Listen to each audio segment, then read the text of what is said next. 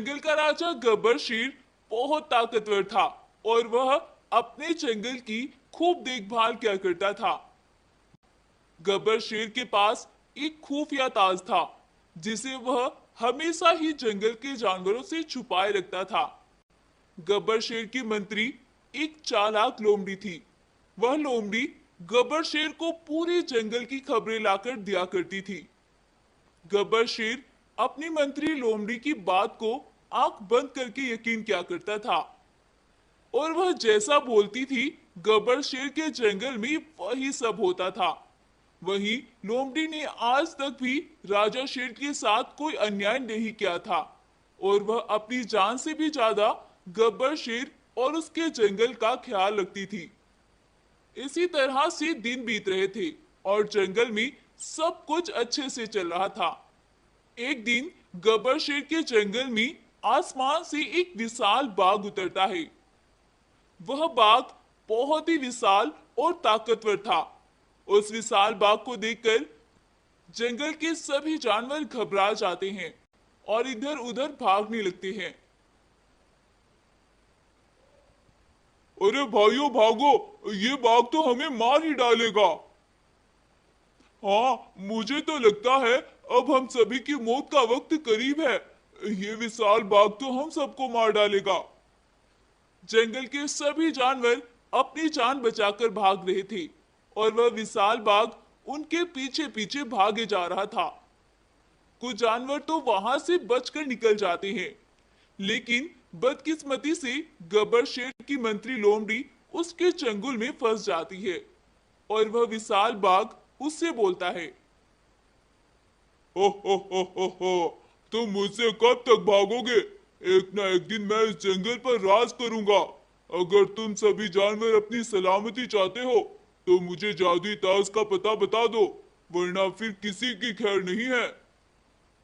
लोमड़ी जादुई ताज की बात सुनकर परेशान हो जाती है और वह बोलती है, कौन सा जादुई ताज?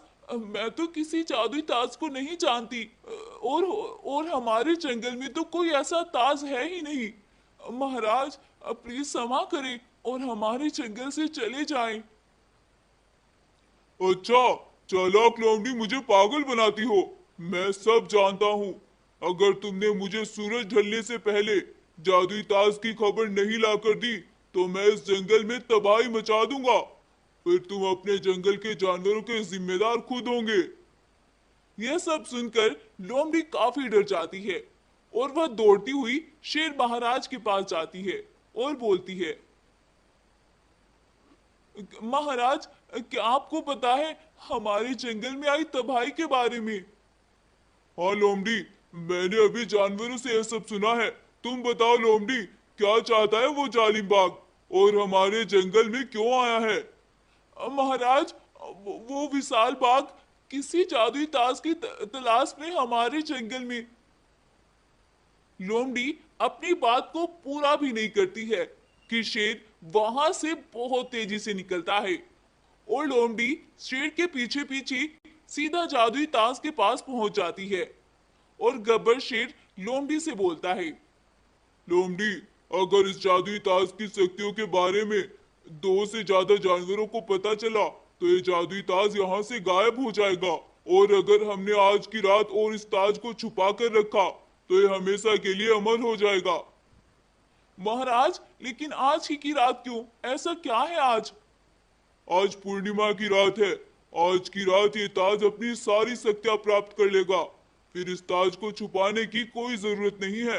आज की रात के बाद ये ताज अपनी रक्षा खुद करेगा। इसीलिए हमें आज की रात ढलने तक इस ताज को उस विशाल बाग से दूर रखना होगा। यह सुनकर लोमड़ी सब समझ आती है और अब वह अपना दिमाग चलाती है और सीधा बाघ के पास पहुंचती है और बोलती है, अब महाराज, मैंने तो पूरे जंगल को छान मारा है, लेकिन मुझे अपने जंगल में किसी जादुई ताज का पता नहीं चल सका। लेकिन मुझे खबर मिली है कि हमारे जंगल से 10 किलोमीटर दूर एक और जंगल है। उस जंगल में एक बकरी के पास वो ताज है जिसे आप हमारे जंगल में तलाश कर रहे हैं।